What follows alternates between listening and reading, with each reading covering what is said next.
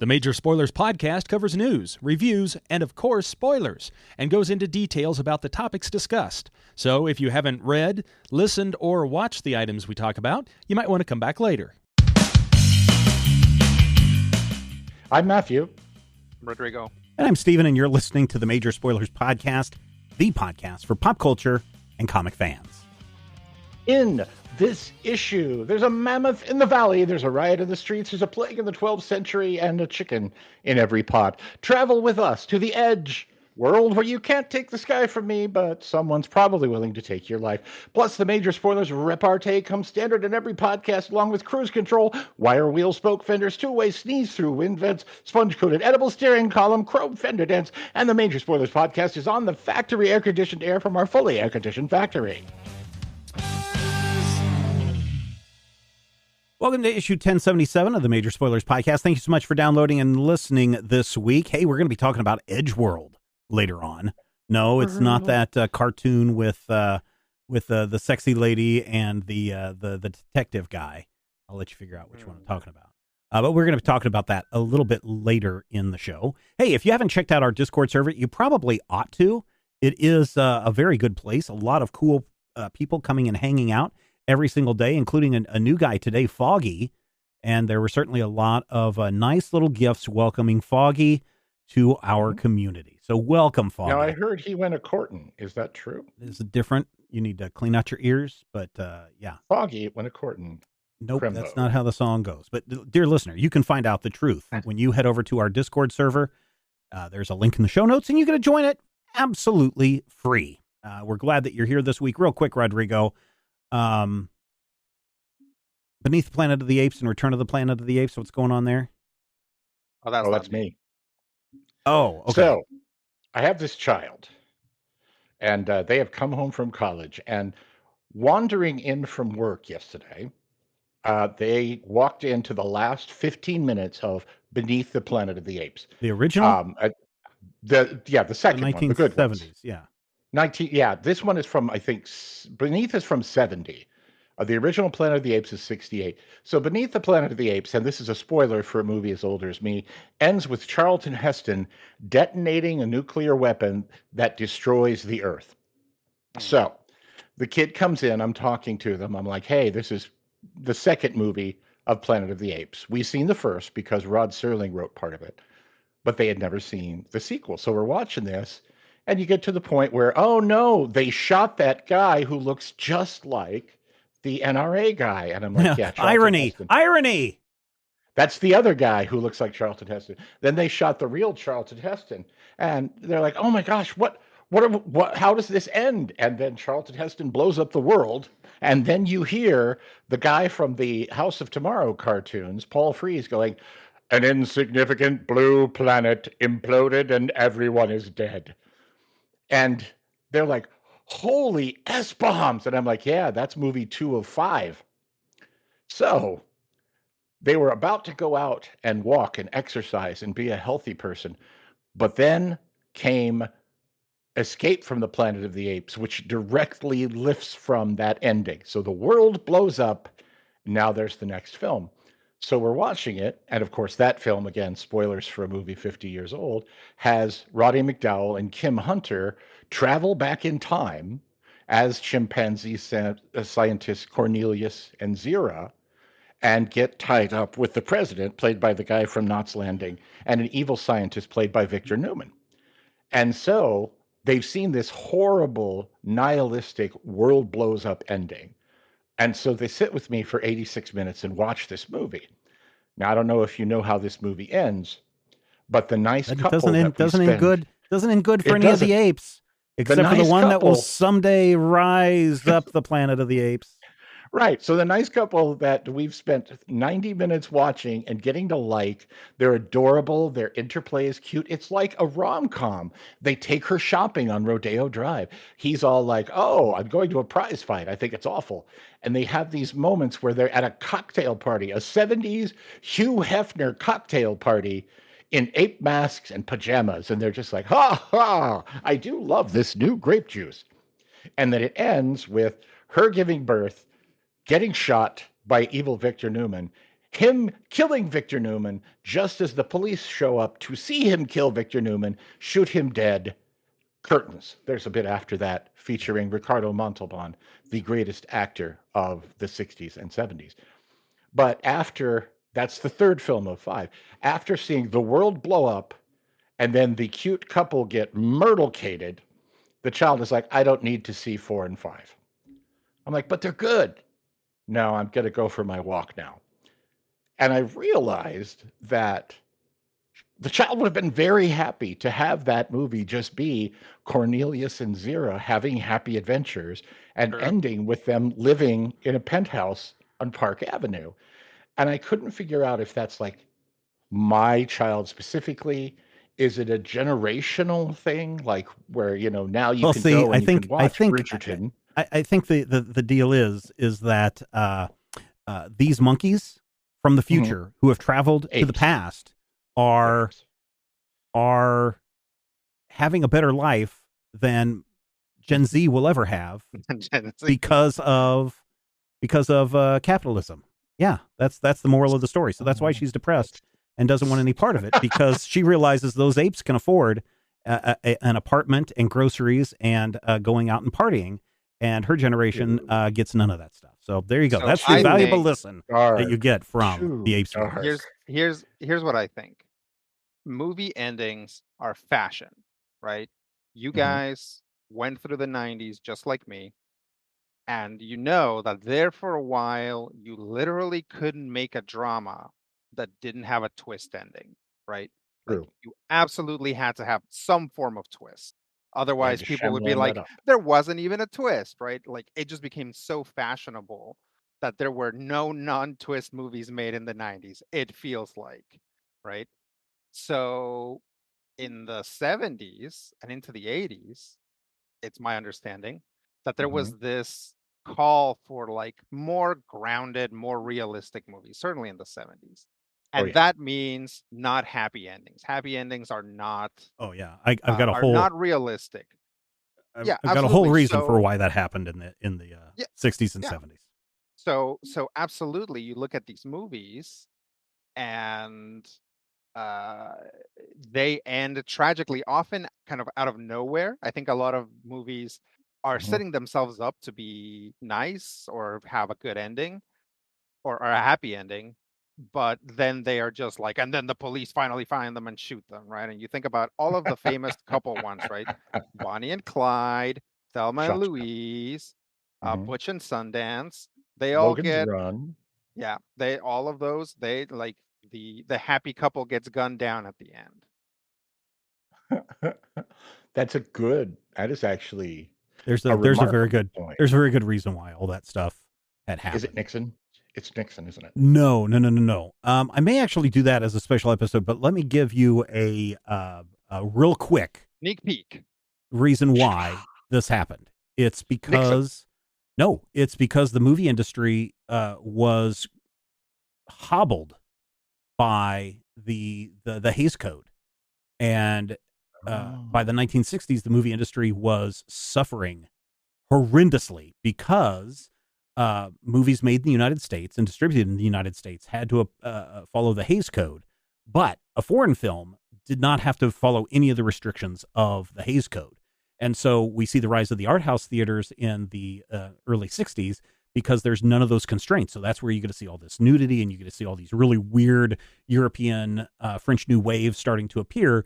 And the movie industry was just like, we have been hobbled for so long. Can we just redo these rules? And so by whatever year it was, I'd have to go look and see the exact date, but the MPAA comes along and they're like, hey, we're not going to follow a strict code of rules. We're just going to let the parents decide, or the adults decide what is acceptable. And we're just going to put these movies out with this rating system, and you can use the rating system or you don't have to use the rating system. And as soon as the rating systems was implemented, that's when you see this huge takeoff of, as Rodrigo puts it, more realistic, more nihilistic, more downer type endings. Because not only that, you've got Vietnam War also going on as well, Korea War and all those things being influenced into that. But the main reason why you suddenly see that is because of the introduction of the MPAA and the rating system. It was so there you go. That's so that is a little hint of what is to come. Maybe next month or 2 months from now. So there you go. All right, ladies and gentlemen, questions, comments, etc. Head over to our Discord server. Again, you can join that absolutely for free. And if you want to hear more commentary about the movie industry and what is right or wrong with kids these days, then you definitely want to check out the Major Spoilers Podcast pre-show. It's part of your silver level membership exclusive over on our Patreon page, patreon.com/major spoilers. That's where you want to go if you want to support the show and everything that we do. This week, I want to send a shout out to Russell Belfer, who updated their pledge. They went from the silver level, which is only $5 a month. They moved all the way up to the gold level, which is $10 a month. Not that big a deal. 2 cups of coffee. We'll have to, throw Matthew and Rodrigo into the ring and have them fight it out to see who gets that other cup of coffee. But for a mere $10 a month, you can keep this show going and not only get access to the Major Spoilers Podcast pre-show, but you get access up to 8 bonus episodes each month at the gold level, including the GM Roundtable, the VIP live chat, and a lot more. So what are you waiting for? Head over there today, patreon.com/major spoilers. All right, let us get into some reviews for this week. Coming out this week from Dark Horse Comics, it's William of Newbury, from Michael Avon Oeming. It is written and illustrated by him. This story is loosely based on the 12th century England during the Dark Ages, or the Age of Anarchy. And so we follow this monk who is going around and dealing with ghosts, goblins, spirits, demons, all that kind of stuff. But Oeming does it in a cutesy form so that everybody is an anthropomorphic animal. So our hero, William of Newbury, is a raccoon who is trying to restore peace, and he's a monk who's traveling the world and trying to do good while also trying to keep his monastery happy and turning a wayward youth to the light, to a demon fighter like him. It is an interesting story. It's the first issue, but we do get to see Willem go through and take on a demon, take on a ghost spirit, and also try to teach a little girl a little bit about reading. And the little girl, I think it's a girl, but she's basically like, listen, you're going to teach me to read, aren't you? You're going to make me read your Bible, and I'm not going to believe anything in there, but I'll read it if it teaches me how to read my own words. And so there's some interesting things that go on there. If you are a fan of Hellboy, especially early Hellboy, then I think that you will really enjoy William of Newbury. If you are familiar with Michael Avon Oeming's artwork, and you're also familiar with his style, this is like a double dose. This is like getting chocolate and strawberry with your vanilla ice cream. It is it is really, really good. I enjoyed it quite a bit. I am definitely interested in seeing where this series goes, if it will only be a limited series, which I think is what it's set up for now, or if this series will continue far into the future. But definitely, if you are a fan of the Hellboy type stories, if you're interested in fuzzy animals, almost not quite mouse guard because they're all anthropomorphic and they're, there's no humans around. There's no giant snakes or giant birds. It's not tiny animals in a big world. It's like all animals all the time, which again, still is a little weird when it's like the raccoon is climbing on top of a horse to ride to the next town. It's just a little weird. It's kind of like Goofy and Pluto kind of situation there. But I rather enjoyed this a bit, and I think you will too. And you can go check out William of Newbury from Dark Horse Comics, $4.99, available right now. In fact, there's a link in the show notes that you can purchase it through our Amazon affiliate link. So that's that one. That's from Dark Horse. Matthew, you've got something from Marvel Comics. That's right. Marvel Comics, or as I like to call them, Marvel Comics. Back in the day, sometime in the 90s when I was in college, there was a comic book called The New Warriors. And The New Warriors featured 4 guys who were basically an attempt to recreate Spider-Man that never really stuck. Firestar, who was from a cartoon, and their leader, Night Thrasher. Night Thrasher was a cool 80s kind of party dude. He loved his song, Sister Christian, yeah. Right. He was a little bit Michelangelo, a little bit Leonardo, and really a lot of Raphael. But Night Thrasher, as you may know, was the leader of the New Warriors, and they were made a laughingstock and all murdered terribly in 2006 at the altar of commercialism to set off the superhero civil war. Now, it is an interesting fact that Night Thrasher was resurrected in the year 2015. He has done virtually nothing since then. So, today I review for you Night Thrasher number 4. It is the end of Night Thrasher's newest series, written by J. Holtham, art by Nelson Daniel. And here is the thing that you need to know. This is a book in the year 2024 that deals with the aftermath of Night Thrasher's resurrection, which, as I mentioned, took place in the year 2015. So we have picked up, basically, he's come back. He's back in Harlem, New York. He is fighting the forces of an underground criminal known as the OG. And the OG is currently at war with the New York City Police Department.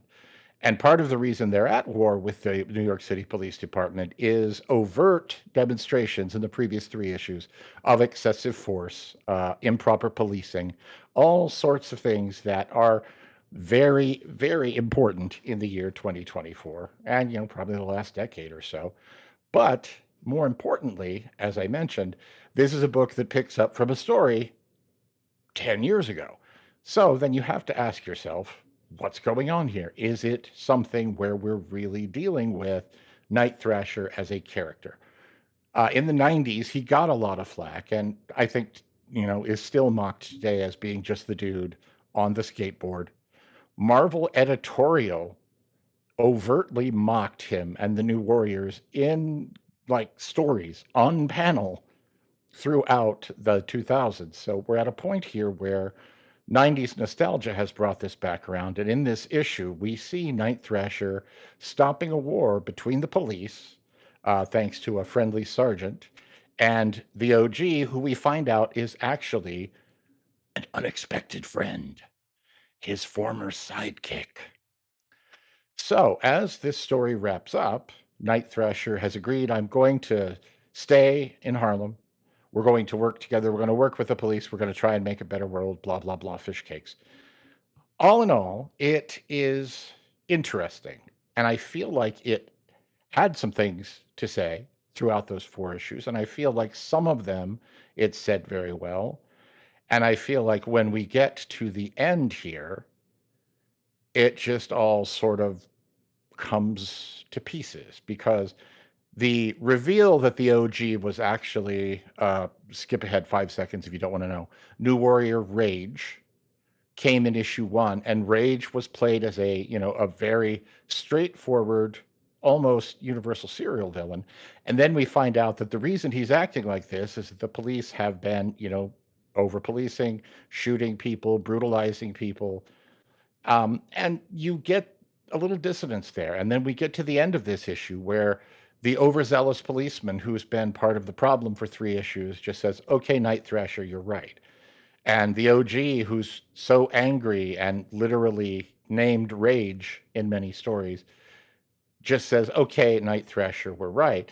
And we do end on a nice moment of hope, and we, end with him coming back to take care of his neighborhood. But the thing is, this is issue 4 of 4. This is one of Marvel's trademark. Here's a limited series featuring somebody you guys may remember. If you do remember them, you may not remember them well. And I honestly feel like it may be 2 years, 4 years, another 10 years before anybody picks up from here. So it's kind of frustrating for me to have this book end with something that just says, here's my big sequel hook for more Night Thrasher. Because I want more Night Thrasher, but I also feel like this story raised issues that A, aren't going to be resolved in a comic book, and B, if you do try to resolve these greater issues of race and police and all of these, major real world issues, you're going to want more than 4 issues to do it. All in all, this issue is right down the middle. 2.5 slices of meatloaf. It is very well drawn. I do appreciate the art. I appreciate the redesign of the characters, with the exception of the new look for the OG, which is basically just a tall man in a black hoodie and combat boots. But it doesn't quite hit the marks that it wants to. I think it's admirably aimed high, and it came in better than I thought it was gonna. So 2.5 slices of meatloaf for Night Thrasher #4. I wish I could say there's more coming. I hope there's more coming. I'd like to see more of it. All right, very good. Thank you for that, Matthew. Rodrigo, what do you got for us this week? Today, I'm reading The Mammoth #1 from Mad Cave Studios. Paul Tobin, writer, artist Arjuna Susini, I believe.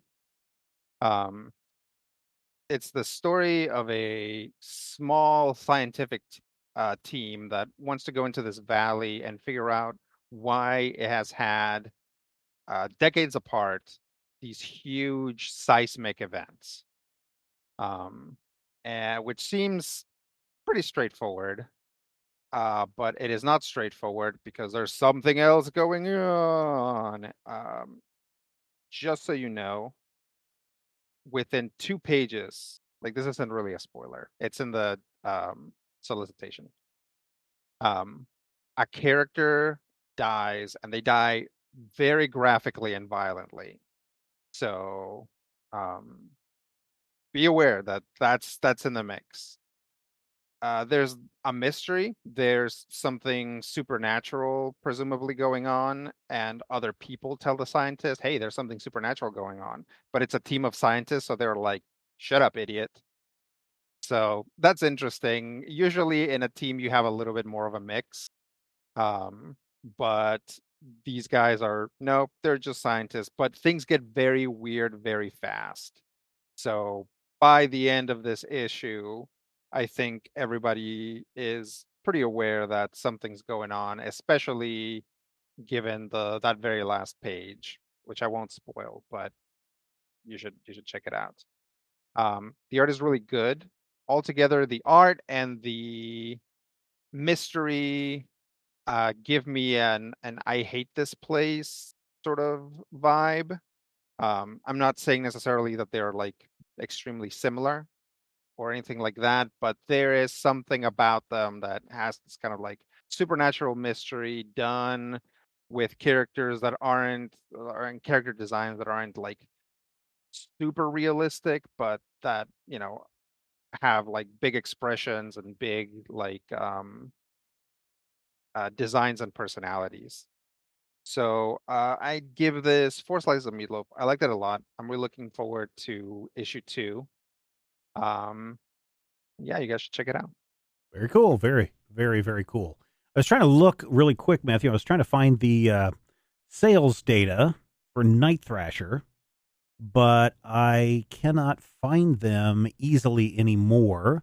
Used to be you could get them relatively easily, but now you cannot. So that is too bad. I was going to look at the sales numbers of issue 3. I know that it didn't place in the top 50 comics, because that would give you an idea of kind of where it sits and whether Marvel would be interested in redoing it or continuing it. I don't know if this was a passion project by Jay Holtham and Nelson Daniel or not. But yeah, I guess if you like your comics, you need to let your comic shop owner know so that they can pass it on to their distributor, and the distributor can pass it on to the publisher and say, hey, I've got all these people in Kansas just begging for more Night Thrasher. How about some more Night Thrasher? And maybe you will get it. So give me a full-on New Warriors reboot. Check out your local comic shop and see if that's something that that they can do for you. So yeah, that is too bad that we don't have easy access. Well, we've never really had easy access. We've always had kind of slanted and what's the word I'm looking for? I don't want to say shady. Uneasy access. I was gonna say similar to Hollywood accounting for movies. There's something similar to that with comic books. I mean, certainly we get the numbers of specific access to what they want us to have. Well, and it's not I don't think it's the publishers as much as it is the distributor, although the publishers could do it if they wanted to. But now that we no longer go through Diamond and we go through a bunch of other places, I mean, ICV2 does a very good job of coming up with monthly sales, and they do release the top 50 for free each month. But if you want something beyond that, then you have to pay for their paywall stuff. Oh. But when it was just at Diamond, even that was how much was ordered. It didn't include returns. It didn't include, a lot of those kinds of things. So it was very iffy on, are these the actual numbers? And so that relied a lot on ICV2 calling around to a bunch of other comic shops and getting data from select comic shops around the country, and then kind of comparing that to what Diamond would release to kind of come up with a semi-official, here's what we believe are the numbers for the comics for this month. So it was never just kind of a, set in stone. We know that 5,000 copies of this comic were sold. It's hard to find that stuff these days, especially since the comics have multiple distributors now. So there you go. Yeah. And Mad Cave Studios, thank you for that, Rodrigo. Mad Cave Studios does not currently have The Mammoth up on Amazon, but you could go check there in the future. Maybe they will put it up there, or I know that you can buy comics directly from Mad Cave Studios if you don't have a local comic shop. So there you go. Nice.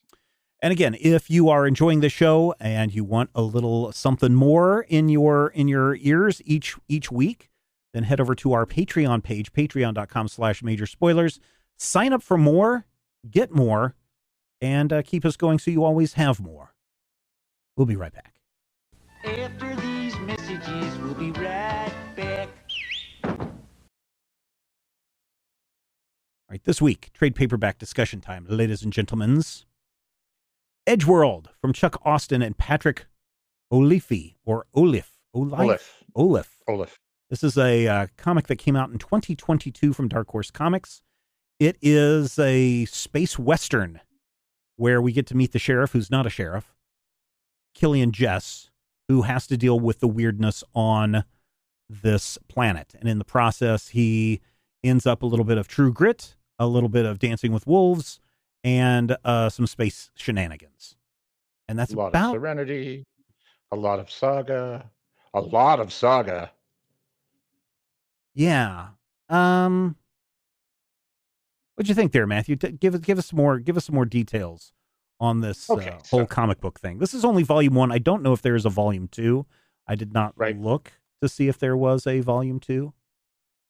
So we start out with Killian, but Killian's story is actually being told through the eyes of a psychic or a seer of some sort. And the focus of the story is actually on Killian's sort of kind of adoptive niece person. It's kind of like his ward. It's his ward. After her parents are killed, then he becomes kind of her caretaker. Yeah. And Sheila, who is actually a character that I kind of like. Sheila is very much your Tatum O'Neal in Paper Moon archetype, very much that 12 going on 150 character. And so we end up seeing him dealing with standard kind of Western tropes. We have a madam who runs her house of ill repute, who is some sort of alien. And, we meet these characters, a guy who's basically the friendly farmer with his wife and his family. And we also see flashbacks of Killian's life. And we find out that the people of Edgeworld, which is not called Edgeworld, by the way, I think it's called Plana. Well, that's the official name of it. But according to the space, the United Planets, Yeah, they call it Edgeworld because it's on the edge of nothing, and the only reason why people want to be there is because there's a rift gate so that people can get from one system to another. Which does give the story a realistic but unpleasant tinge of racism and colonialism that you often don't get in these type of Western stories, because it's all there. We complained about it all the way through The Searchers a few years ago, but throughout this story, two things kept occurring to me. First and foremost, This is a really, really solid riff on, I think, Joss Whedon's Firefly. This is very much of that vein. And even the things that are in here that are kind of introduced to say, no, this is not Firefly, like, the main character being haunted by the loss of his wife and daughter rather than, the loss of his platoon in combat, honestly kind of make it feel more like Firefly. It's like we turn these corners and we try to make these big adjustments and say, look, guys, this isn't Firefly. But then it kind of feels like we've put a hat on a character who's clearly a Vulcan, but it's not Star Trek anymore, you guys. This book is very much so many other things besides Firefly, because I always got a very, hey, we're going to do a serious riff on Sparks and Nevada Marshall on Mars here, where he's got his trusty sidekick and he's dealing with all these interesting characters, and there's a bigger governmental thing going on, and then of course we've got aliens, not like the alien, the fact that everybody's aliens on this planet, but we're dealing with the Alien franchise with an alien invasion, a little bit of what's the one infestation that's like a zombie film. No, what's the one with Vin Diesel where he can only see in pitch black. Yeah, so you get a little bit, you get a little pitch black in here as well. So it's just like, let's just throw everything in the blender and see what comes out, which I'm not opposed to, because this is a new property, a new comic series. And so if you've got tropes or you've got things that readers can latch onto as their entry into this world, then I'm all for it. But on the other hand, I thought at times, Rodrigo, that the story was a bit confusing or a little bit too jumpy. Jumping all around. Yeah, definitely very jumpy. So the framing narrative is all about trying to find or figure out what happened with the little girl character. Right. But we end up mostly following Killian. Yeah. And so there are probably like 3 adventures within this volume, maybe 4, depending on how you're counting. Right. And the moment one is over, we're already in the middle of the next one. And there's, I guess, sort of like no denouement into some of this stuff. It just kind of goes from one thing to the next. And yeah, it definitely felt very jumpy to me. And the the problem is that the framing narrative doesn't provide a lot of structure, because the psychic, seer or medium or whatever keeps telling us, really, but the character that's trying to get the psychic reading, that whatever they are seeing, that's what they need to see, and that's what secretly it is best for them to see. So we can't even have something where like one character is like, hey, let's reframe this to look at someone else, giving you sort of an option to go look at someone else. It just kind of happens. And it to me, like there are a few times where I had to like go back and make sure that like a page wasn't sticking together to another page, which was weird because I read this digitally. And to make an extremely that does bring up the other issue that I have with this story. And honestly, there is actually a text piece at the back of the book by the writer, and talking about how he retired from comic books, but yet people still come up to him and want to tell him how much they hated his writing. I must be that guy, because this is, I feel like I'm a sex positive person. This is a horny book, and that's not necessarily a bad thing. But every time the sex parts come up, it just feels skeevy. And it feels skeevy in entirely the wrong ways. Like Inara in Firefly was a companion, so she was a sex worker. And Shay, one of the characters in this story, is a sex worker who is into Killian. They have a sex scene.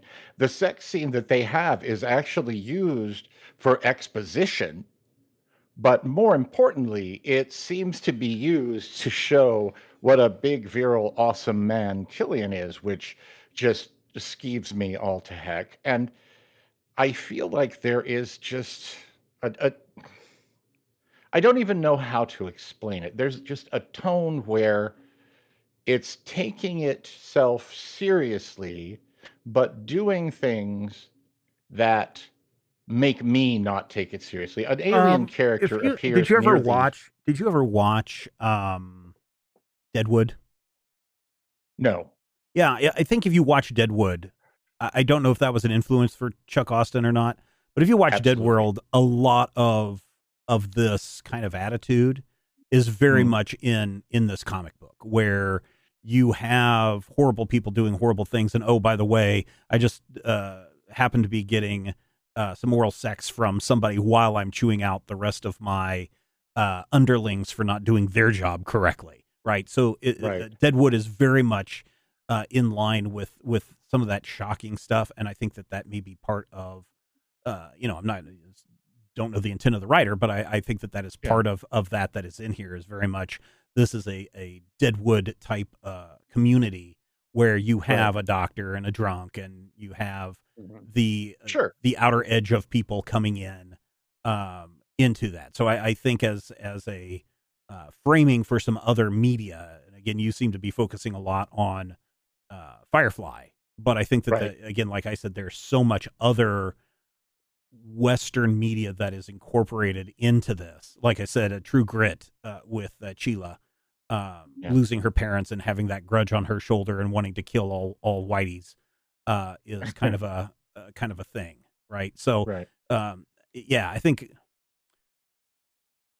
having a really good background in all things Western, modern, or sci-fi or whatever helps you understand maybe a little bit of some of the framing in this story. I've seen a lot of TV Westerns. There's also a lot of Gunsmoke in here, but I also feel like, and again, it's really difficult to articulate, but I think it's best exemplified in the character that comes in to the last third of the film, or the last third of the story, rather. And the character very clearly is an alien, and whose facial structure looks like a female vulva. And for about 10 or 12 pages, this character is on screen, always framed in such a way that you can see that their face looks like a vulva, at which point we actually have the hammer it home moment where the little girl, Sheila, says, "Your head looks like my mommy's downstairs parts." And I feel like that may be kind of where my problem comes in, because there's a lot of moments in here that could really hit hard and be really powerful, but are less so because of the way the delivery almost elbows me in the ribs and says, everybody got that. Like the death of Killian's family is very moving to a point, and it does, and it ends an issue with a very shocking moment. But then when it gets called back, we immediately get called back by Sheila going, "Hey, you mean like the skeleton people we seen that one time?" And I'm like, is this character, is she only in this story to explain to the readers what we may have missed in a previous issue? Because maybe. Did you guys ever read Austin's work on X-Men or Superman? I read Austin's work years ago. When he was on Miracle Man for Eclipse Comics, he had a book called Hero Sandwich. I had similar complaints about Hero Sandwich now that I mention it. But yes, his X-Men run is filled with just really questionable moments. The one that always pops up that people complain about is Husk, who was canonically 19, was dating Archangel, who is canonically 30-ish. And they're in Kentucky visiting Husk's family, and they have a happy moment, and they're like, "Oh, it's so great." And she kisses him, and they fly into the sky. And the implication is they're flying off to have, kissy kissy times in the sky. And the last scene is her clothes falling in front of her mother. So her boyfriend flies her up into the sky, and then all of her clothing falls down. So then at this point, we know that the mother is now aware that her daughter is having sex in the house or in the sky above their house. And first of all, I'm horrified for the mother. But second of all, as an as someone who hasn't edited things other than my own writing in very, very many years, that should have been edited. That Sure. should have been edited out. That is not a funny stinger. That's not a cute moment. That's not an oh ha ha sexy times. That's not like a telenovela shocking moment. Dun dun dun. That's bad. I don't know. Rodrigo, you've So been yeah, pretty quiet. You've been pretty quiet about Edgeworld. Yeah.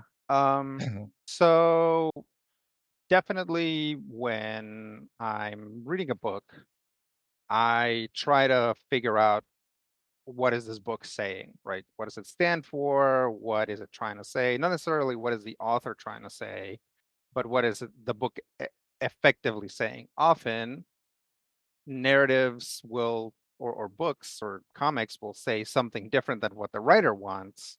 That definitely happens. And no matter what, it's like my own personal reading of it, right? So I'm looking at this and I'm like, what is this comic saying? And I think mostly it's just saying Killian is awesome. Probably, yeah. Yeah. One thing that we haven't talked about is that on top of everything else, Killian is as he often repeats, a magistrate. Yeah, so he's a little bit of a Judge Dredd. Which in this world means that he has some sort of implant or something, and he downloads stuff that then allows him to justly judge people on the spot, right? If he witnesses a crime, he can immediately decide what their punishment should be. Judge, jury, and executioner, um, one might say, of a character like this. Mhm. So he's a cop, and we see all of the suffering that exists in this world because, on top of everything else, it's a very narrow or tight sort of allegory to the American West, where the local skinned aliens very much seem to stand for Native Americans, right? So I'm like, so we're following this guy who's a cop. He's basically the sheriff. People keep calling him sheriff. He doesn't want to be called sheriff, but he basically is. And he's sort of the go between the population and this sort of like empire type the thing, corporation or whatever they're called. Yeah, which shows up as well. And so I look at this and I'm like, at which point in this volume does he ever do anything that's for the people and not for his bosses? And the answer is kind of never. In fact, there is a moment in which any other character would have to make a call. Do I follow the badge or do I follow what seems just? And he immediately, because he's a Judge Dredd, says, nope, you're guilty, and tries to shoot another character.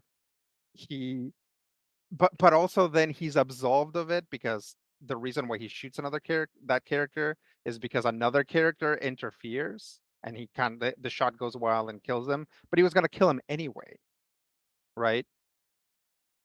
So it's kind of like that thing where like the protagonist just chases Scar all the way to the edge, and then he falls by himself and the hyenas kill him, thus absolving Simba of any guilt of having done it, right? Yeah. This book is not just packed with like very surface level references to a lot of stuff, like Alien, like Firefly, like Judge Dredd, but also it's very full of like really surface level actions and moments that seem cool and seem interesting, but the moment that you step back and you say, who is Killian? What does he stand for? The answer is he's a badge, right? And that's what he cares about, even though, because this book is based on so many works that have this sort of like rebellious and somewhat anarchistic streak, it makes him come across as a huge jerk. Yeah. I like to think of this book in the terms of a movie phrase, popcorn movie, right? Popcorn movies are just meant to be read and enjoyed at the surface level. And or watched and enjoyed at the surface level for a popcorn movie. But I think for this book, it's the same way. I think it's created specifically to be a surface level, read it for these cool little scene scenarios, etc., of our character being badass. And don't think too hard, because otherwise it all falls apart, right? Like there are some glaring things that make you realize, oh no, these people are all dead. In the fact of a bug infestation outbreak, technically they're all dead. They've all been infested, but they kind of brush it aside. And it's like, okay, if that's the way we're going to go with it, I guess we do have to just read this at this top level and treat it kind of like the way comic books were originally supposed to be. Throwaway media, right? You read it and you toss it aside. I guess. I don't think that this is this is not something that I would go back and reread again. I got the gist of it. I've seen all the references, originally when they came out. So there's really nothing in this book, and there is a second volume. It doesn't look like there's a third volume. There's nothing in this book that makes me want to go back and go, ooh, I've got to reread this again. Is there some cool art scenes? Yeah. I kind of like the creatures that live in the sandstorm. I kind of like that. I kind of do like the way that the town and all the various aliens are drawn, which, most comic book artists are just drawing the same character again and again. Sometimes with feet hidden outside a frame. But at least the artist is going through and making this attempt to bring a lot of stuff in and pack the frame as much as possible. But at the end of the day, for me, this is like a greatest hits of all your favorite space sci-fi westerns, even Outland. There's a little bit of Outland in here, in the fact that they're working for the corporation and everything. So I don't know. It's good as a casual read, but I think bottom line for me, read it if you want to, but it's really kind of a pass for me. I appreciate it for what it is. I see what the creators are trying to do. And again, this is their thing.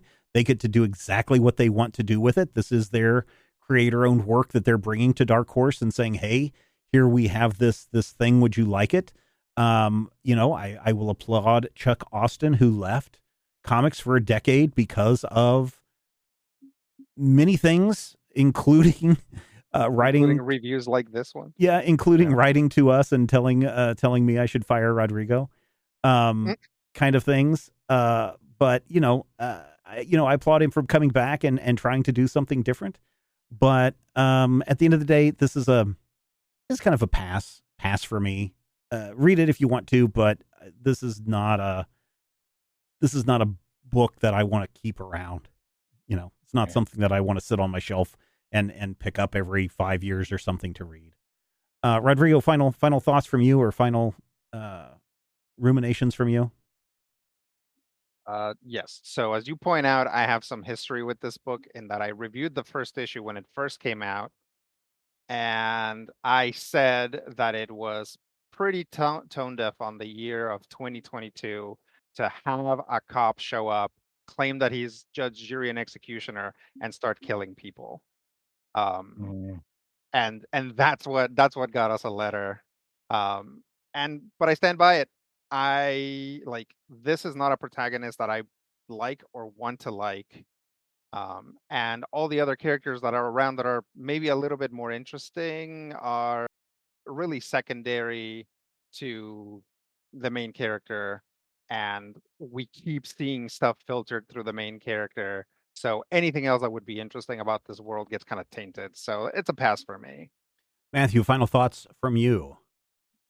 I feel like if you are a fan of the artist Steve Oliff and you want to see him do some wild and crazy world building, do some really nice, gritty Western tropes, do some weird, flippy dippy aliens, really, really scary, horrifying moments here and there, some pretty gross sex scenes, then I think you should pick up this book. If you are not a hardcore fan of the artist Steve Oliff, no, do not pick up this book. This is a cover album of things that the writer enjoyed, and feel free to tell Stephen to fire me. He's been trying to fire me for 15 years. Oh, that's all I'm waiting for is one more. I just need one more. Just one more. Just one more. Well, one more letter from Chuck. Just free up my Tuesday evenings, and I'll finally be able to watch Walker, Texas Ranger. But the main thing that the takeaway here is that Rodrigo's questions about that tone, absolutely correct. My own questions about that tone, about the colonialism, I think there's some sexism in here. There's definitely some gross sex, and there's some adult topics handled in a way that don't necessarily feel adult, and just a general tonal dysphoria, for lack of a better word.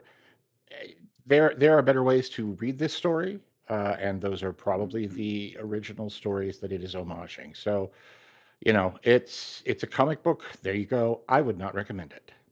And if, ladies and gentlemen, if you want to know about the email that I was sent about Rodrigo's review, I wish I could read it for you, but unfortunately I cannot, because when my laptop crashed and I tried to recover everything from the backup and the backup didn't recover correctly, I lost 18 years worth of emails back and forth about major spoilers and different things. So I've lost all that. That was my record of major spoilers history right there. So yeah, I don't have any of that stuff anymore. And if you want to prevent this laptop from crashing again, we are trying to raise some money so I can get a new one, so we can keep bringing you this show week after week, month after year, for all eternity if we can. Won't happen, but we can dream. We could use your help. Head over to patreon.com/major spoiler so we can get that new computer. And if by any chance you do want to check out Edgeworld for yourself, we do have a link for that in the show notes that you can go and buy through our Amazon affiliate link. And the Amazon affiliate link does kick back a little bit of money our way, as all affiliate links do. So if you want to help out that way, you can do it as well. Next week on the show, we are going to look at something that, again, probably is going to get at least one of us a little irritated because Lagnus demanded it. It's Blueberry. We're going to read that on the next Major Spoilers podcast. Why? Because we know that you love comics, and we do too, and we will talk with you next time. If I had the X-ray vision of a Superman, I could save a few bucks and stand around and read through the covers of the comics on the stand. But although every other page would be backwards, I suppose, I could still read the evens and the odds. Well, I don't know. Guess I haven't thought this all the way through. Plus, as soon as the comic book store guy knew, they kicked my butt out on the corner. What a major spoiler. What a major spoiler. What do you think about a better way? If I was hulking green or gray, I could just bust through that brick wall, take their comic books away. But then the little meat would deal with all the tanks and bombs and guns. Have you ever tried to read a series with all that going on? Guess I need to rethink this plan. How would I bag and board my comics with such huge hands? Guess I already told ya. What a major spoiler. What a major spoiler. Yeah, yeah, yeah. What a major spoiler. What a major spoiler. If I'm stark raving rich like a man of iron, I might not be surprised to find that I might actually have the heart cold to follow an entire storyline. But would I really even need to read up on all those escapades? I mean, who needs such distractions when your sister's such a babe? But the downside is such a beast, being shot up in a fun bee in the Middle East with a gang sign throwing soldier. What a major major spoiler. What a major spoiler. Yeah, yeah, yeah. What a major spoiler. Whoa, whoa, whoa, whoa. What a major spoiler. This podcast is copyright 2024 by Major Spoilers Entertainment, LLC.